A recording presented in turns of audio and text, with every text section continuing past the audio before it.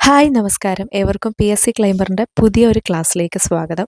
അപ്പോൾ ഇന്നത്തെ ക്ലാസ് കുറച്ച് സ്പെഷ്യലാണ് കേട്ടോ. കാരണം നിങ്ങൾക്ക് തംബ്നെയിൽ കണ്ടപ്പോൾ തന്നെ മനസ്സിലായിട്ടുണ്ടായിരിക്കും. ഇതൊരു AI ജനറേറ്റഡ് വോയിസ് ക്ലാസ് ആണ് കേട്ടോ. എനിക്ക് തോന്നുന്നു യൂട്യൂബിൽ തന്നെ ആദ്യമായിട്ടായിരിക്കും നമ്മുടെ മലയാളം PSCക്ക് വേണ്ടിയിട്ട് ഇത്തരത്തിലുള്ളൊരു AI generated voice class video വരുന്നത്. അപ്പോൾ ഇത് എങ്ങനെയാണ് ഞാൻ ചെയ്തത് എന്നുള്ളത് പറയാം. അതിൻ്റെ കുറച്ച് കാര്യങ്ങൾ കൂടി പറയാനുണ്ട്. അതിനുശേഷം നിങ്ങൾ വീഡിയോ കണ്ടു തുടങ്ങിയാൽ മതി. നമുക്കറിയാം ഇതൊരു AI കാലഘട്ടമാണല്ലേ.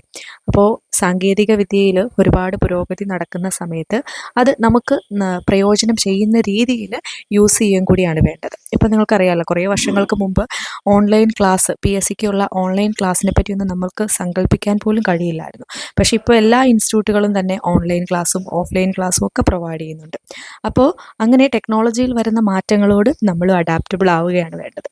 അപ്പോൾ ഈ ഒരു വോയിസ് നോട്ട് എങ്ങനെയാണ് ഞാൻ AI വെച്ച് ജനറേറ്റ് ചെയ്തത് എന്നുള്ളതിനെ പറ്റി പറയാം. എന്താണ് ഇതിൻ്റെ ബെനഫിറ്റ്സ് എന്നും പിന്നെ ഇതിനുള്ള ഒരു ചെറിയ ഡീമെറിറ്റും ഈ ഒരു വീഡിയോയിൽ ആദ്യം തന്നെ സംസാരിച്ചേക്കാം. അതിന് ശേഷം നിങ്ങളിത് കണ്ടാൽ മതി. അപ്പോൾ ഇത് നമ്മൾ ജസ്റ്റ് ഒരു PDF ഉണ്ടാക്കുക. നമുക്ക് ഏത് ടോപ്പിക്കാണോ നമ്മുടെ കൈവശമുള്ളത്, ഒന്നില്ലെങ്കിൽ അതിൻ്റെ PDF, ഇപ്പോൾ ഞാൻ എൻട്രിയിലെ ക്ലാസ്സുകളൊക്കെ എടുക്കുന്നതുകൊണ്ട് എൻ്റെ കയ്യിൽ ഓൾമോസ്റ്റ് എല്ലാ ടോപ്പിക്കുകളുടെ അങ്ങനത്തെ PDF നോട്ടുകളൊക്കെ കാണാറുണ്ട്. അല്ലെങ്കിൽ നിങ്ങൾക്ക് പാഠപുസ്തകത്തിൽ നിന്നോ ഒക്കെയുള്ള ഒരു ഭാഗം നിങ്ങൾ ഇതേപോലെ ഒന്ന് PDF ആക്കുക. അതിനുശേഷം നോട്ട്ബുക്ക് LM എന്ന് ഗൂഗിളിൽ സെർച്ച് ചെയ്ത് അതിലേക്ക് നമ്മൾ ഈ ഒരു PDF അപ്ലോഡ് ചെയ്യുക. അതിനുശേഷം ഒരു കുറച്ച് സമയത്തിനുള്ളിൽ തന്നെ നമുക്ക് അതിൻ്റെ ഒരു ഓഡിയോ നോട്ടായിട്ട് കിട്ടും. അപ്പോൾ ഇത് കേട്ട് പഠിക്കുന്നവർക്ക് ഈ PSC റിലേറ്റഡ് ക്ലാസ്സുകളൊക്കെ വോയിസ് ക്ലാസ്സുകളിലൂടെ കേട്ട് പഠിക്കുന്നവരുണ്ടല്ലോ, അവർക്കിത് ഭയങ്കര ബെനഫിഷ്യൽ ആയിട്ടുള്ള ഒരു കാര്യമാണ് കേട്ടോ.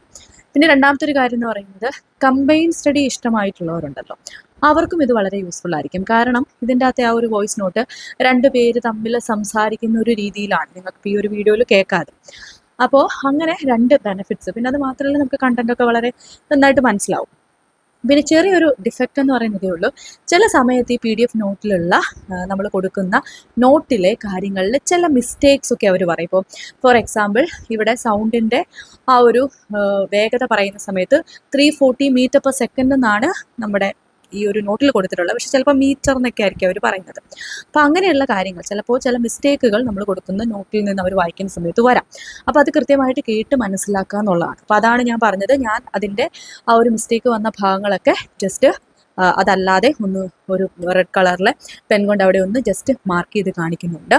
പിന്നെ അതേപോലെ ഇമ്പോർട്ടൻ്റ് ആയിട്ടുള്ള പെയിൻറ്റുകൾ ഞാനൊന്ന് ഹൈലൈറ്റ് ചെയ്തും ഇടുന്നുണ്ട്. ഓക്കെ, അപ്പോൾ നിങ്ങൾക്ക് കൂടുതൽ യൂസ്ഫുൾ ആയിരിക്കും ഇത് പഠിക്കാൻ വേണ്ടിയിട്ട്. അപ്പോൾ ഈ ഒരു PDF ആയിരുന്നു ഞാൻ ഓഡിയോ ജനറേറ്റ് ചെയ്യാൻ വേണ്ടിയിട്ട് കൊടുത്തത്. ശബ്ദത്തെക്കുറിച്ചുള്ള ഈ കുറിപ്പുകൾ കണ്ടപ്പോൾ ശരിക്കും കൗതുകം തോന്നി. നമ്മൾ സാധാരണ ശ്രദ്ധിക്കാത്ത ഒരുപാട് കാര്യങ്ങൾ. അപ്പോൾ ഇന്ന് നമുക്ക് ഈ വിഷയത്തിലേക്ക് കുറച്ചുകൂടി ആഴത്തിലൊന്ന് ഇറങ്ങി നോക്കാം. എന്താണ് ശബ്ദം, അതിന്റെ ചില പ്രത്യേകതകൾ, അതൊക്കെ മനസ്സിലാക്കലാണ് ലക്ഷ്യം. തീർച്ചയായും. ശബ്ദം അത് വെറും കേൾവി മാത്രമല്ലല്ലോ, അതിനു പിന്നിൽ നല്ല രസമുള്ള ഒരു ശാസ്ത്രം തന്നെയുണ്ട്. ഈ അക്കൂസ്റ്റിക്സ്, അതായത് ശബ്ദത്തെക്കുറിച്ചുള്ള പഠനം. നമുക്ക് ഈ കുറിപ്പുകളിലെ പ്രധാന കാര്യങ്ങൾ വെച്ച് തുടങ്ങാം, അല്ലേ? ശരി. അപ്പൊ ആദ്യത്തെ പോയിന്റ് തന്നെ, ശബ്ദത്തിന് സഞ്ചരിക്കാൻ ഒരു മാധ്യമം വേണം എന്നത്. എന്തുകൊണ്ടാണത്? അത് വളരെ ശരിയാണ്. ഇത് നമ്മുടെ ടെലിഗ്രാം അടിസ്ഥാനപരമായി അപ്ലോഡ് ചെയ്തതിന് ശേഷം നമ്മുടെ ഗ്രൂപ്പിൽ ഈ നോട്ടിന്റെ PDF കൂടെ അപ്ലോഡ് ചെയ്തേക്കാം. അപ്പൊ നിങ്ങൾ എന്തായാലും ഈ ഒരു ഓഡിയോ നോട്ടൊന്ന് കേട്ട് നോക്കുക.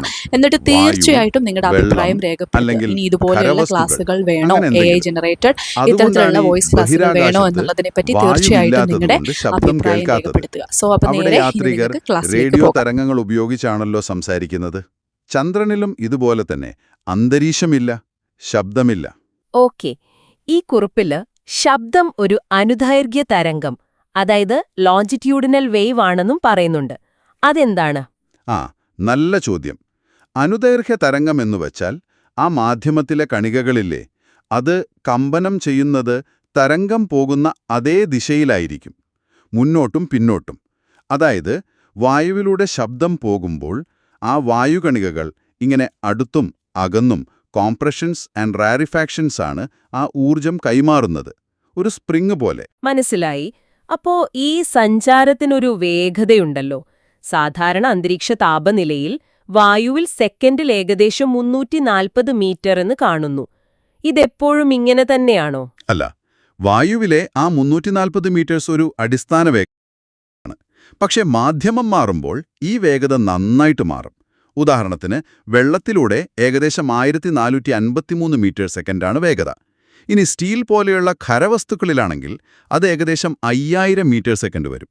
അപ്പോൾ പൊതുവെ പറഞ്ഞാൽ മാധ്യമത്തിന് സാന്ദ്രത കൂടുന്തോറും, അതായത് കണികകൾ അടുത്താണെങ്കിൽ ശബ്ദം കൂടുതൽ വേഗത്തിൽ സഞ്ചരിക്കും. അതുകൊണ്ടാണ് ഖരവസ്തുക്കളിൽ ഏറ്റവും വേഗത, വാതകങ്ങളിൽ ഏറ്റവും കുറവും. ശരി. ഇനി നമ്മളിത് എങ്ങനെ കേൾക്കുന്നു എന്നതിലേക്ക് വരാം. മനുഷ്യന്റെ കേൾവിശക്തിക്കൊരു പരിധിയുണ്ടല്ലേ? 20 ഹേർട്സ് മുതൽ 20,000 ഹേർട്സ് വരെ എന്ന് കുറിപ്പിലുണ്ട്. എന്നാണ് ഈ ഹേർട്സ്? ഹെർട്സ് അത് ആവൃത്തിയുടെ, അതായത് ഫ്രീക്വൻസിയുടെ യൂണിറ്റാണ്. ഒരു സെക്കൻഡിൽ എത്ര തവണ കമ്പനം നടക്കുന്നു എന്നതിന്റെ അളവ്. ഹെൻറിച്ച് ഹെർട്സ് എന്ന ശാസ്ത്രജ്ഞന്റെ ഓർമ്മയ്ക്കാണ് ആ പേര്. അപ്പോൾ 20 ഹെർട്സ് എന്ന് പറഞ്ഞാൽ സെക്കൻഡിൽ 20 കമ്പനം, 20,000 ഹെർട്സ് എന്നാൽ സെക്കൻഡിൽ 20,000. ഈ ഒരു റേഞ്ചിനുള്ളിലുള്ള ശബ്ദങ്ങൾ മാത്രമേ നമുക്ക് സാധാരണയായി കേൾക്കാൻ പറ്റൂ. നമ്മളിൽ ശബ്ദമുണ്ടാക്കുന്നത് തൊണ്ടയുടെ സ്വനതന്തുക്കൾ, ലാരിങ്സ്, കമ്പനം ചെയ്യുമ്പോഴാണ്. നമ്മളൊരു ശബ്ദം കേട്ടുകഴിഞ്ഞാൽ അതൊരു ചെറിയ നേരം കൂടി ചെവിയിൽ നിൽക്കുമെന്നും പറയുന്നുണ്ടല്ലോ. ഏകദേശം ഒരു സെക്കൻഡിന്റെ 10-1 നേരം. അതെ, അതിനെയാണ് ശ്രവണസ്ഥിരത അഥവാ പെർസിസ്റ്റൻസ് ഓഫ് ഹിയറിംഗ് എന്ന് പറയുന്നത്. ഈയൊരു പ്രതിഭാസം കൊണ്ടാണ് നമ്മൾ തുടർച്ചയായ ശബ്ദങ്ങൾ കേൾക്കുന്നത്. പിന്നെ പ്രതിധ്വനി, എക്കോ കേൾക്കണമെങ്കിൽ ശബ്ദം പോയിട്ട് തിരിച്ചുവരാൻ ഈ 110 സെക്കൻഡിനേക്കാൾ കൂടുതൽ സമയം എടുക്കണം.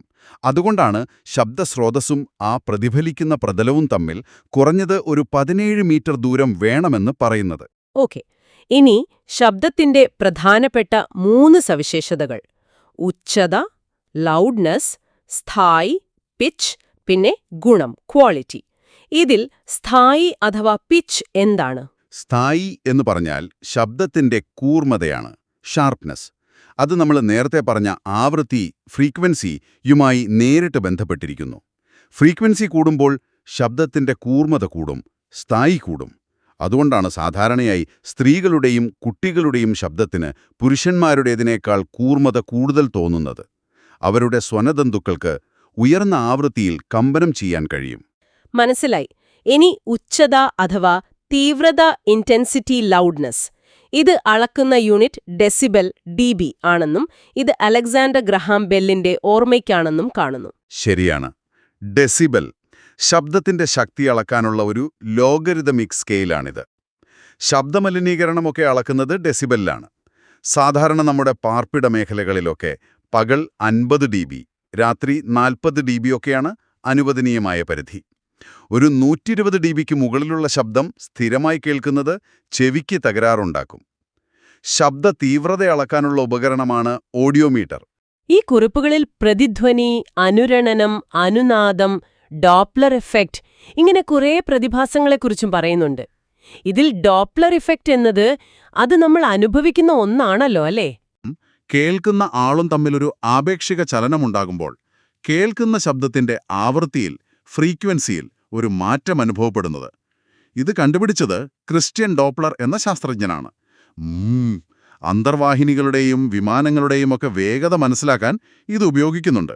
റേഡാറുകളിലും കാലാവസ്ഥാ പ്രവചനത്തിനുമൊക്കെ ഇതിന് ഉപയോഗങ്ങളുണ്ട്. ഓക്കേ. അപ്പൊ നമ്മൾ ഈ കേൾക്കുന്ന 20 ഹെർട്സിനും 20,000 ഹെർട്സിനും ഇടയിലുള്ള ശബ്ദങ്ങളല്ലാതെ വേറെയും ഉണ്ടോ? ഉണ്ട്. 20 ഹെർട്സിൽ താഴെ ആവൃത്തിയുള്ള ശബ്ദങ്ങളെ ഇൻഫ്രാസോണിക് എന്ന് പറയും. ഇത് നമുക്ക് കേൾക്കാൻ പറ്റില്ല. പക്ഷേ ഭൂകമ്പം, അഗ്നിപർവ്വത സ്ഫോടനം ഒക്കെ നടക്കുമ്പോൾ ഇത്തരം തരംഗങ്ങളുണ്ടാവാറുണ്ട്. പിന്നെ ആന, തിമിംഗലം, ജിറാഫ് ഇതുപോലുള്ള ചില ജീവികൾക്ക് ഇത്തരം ശബ്ദങ്ങൾ ഉണ്ടാക്കാനും അതുപയോഗിച്ച് ആശയവിനിമയം നടത്താനും കഴിയും. അതുപോലെ 20,000 ഹെർട്സിൽ കൂടുതലുള്ളവയാണ് അൾട്രാസോണിക് ശബ്ദങ്ങൾ. ഇതിന് ഒരുപാട് ഉപയോഗങ്ങളുണ്ടല്ലേ? അതെ. അൾട്രാസോണിക് തരംഗങ്ങൾക്ക് ഒരുപാട് പ്രാക്ടിക്കൽ ഉപയോഗങ്ങളുണ്ട്.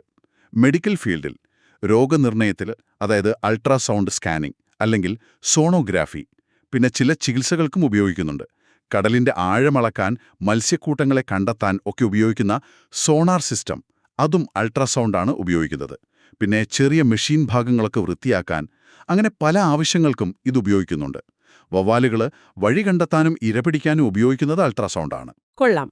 അപ്പോൾ നമ്മൾ ഇന്ന് ശബ്ദത്തെക്കുറിച്ച് ഒരുപാട് കാര്യങ്ങൾ സംസാരിച്ചു. സഞ്ചരിക്കാൻ മാധ്യമം വേണം, അതിൻ്റെ വേഗത, പിന്നെ സ്ഥായി, ഉച്ചത പോലുള്ള കാര്യങ്ങൾ, ഡോപ്ലർ ഇഫക്റ്റ്, എക്കോ, അതുപോലെ നമുക്ക് കേൾക്കാൻ പറ്റാത്ത ഇൻഫ്രാസോണിക്, അൾട്രാസോണിക് ശബ്ദങ്ങൾ, അങ്ങനെ പലതും. അതെ, ഈ അടിസ്ഥാന കാര്യങ്ങൾ അറിഞ്ഞാൽ ശബ്ദത്തെക്കുറിച്ച് കുറച്ചുകൂടി വ്യക്തമായ ഒരു ചിത്രം കിട്ടും. ഇതിൽ നിന്ന് ഒരു കാര്യം കൂടി ഓർത്തു നോക്കൂ. അനുനാദം, റെസൊനൻസ് എന്നൊരു പ്രതിഭാസമുണ്ട്. ഒരു വസ്തുവിന് സ്വാഭാവികമായി ഒരു ഫ്രീക്വൻസിയിൽ കമ്പനം ചെയ്യാൻ പറ്റും.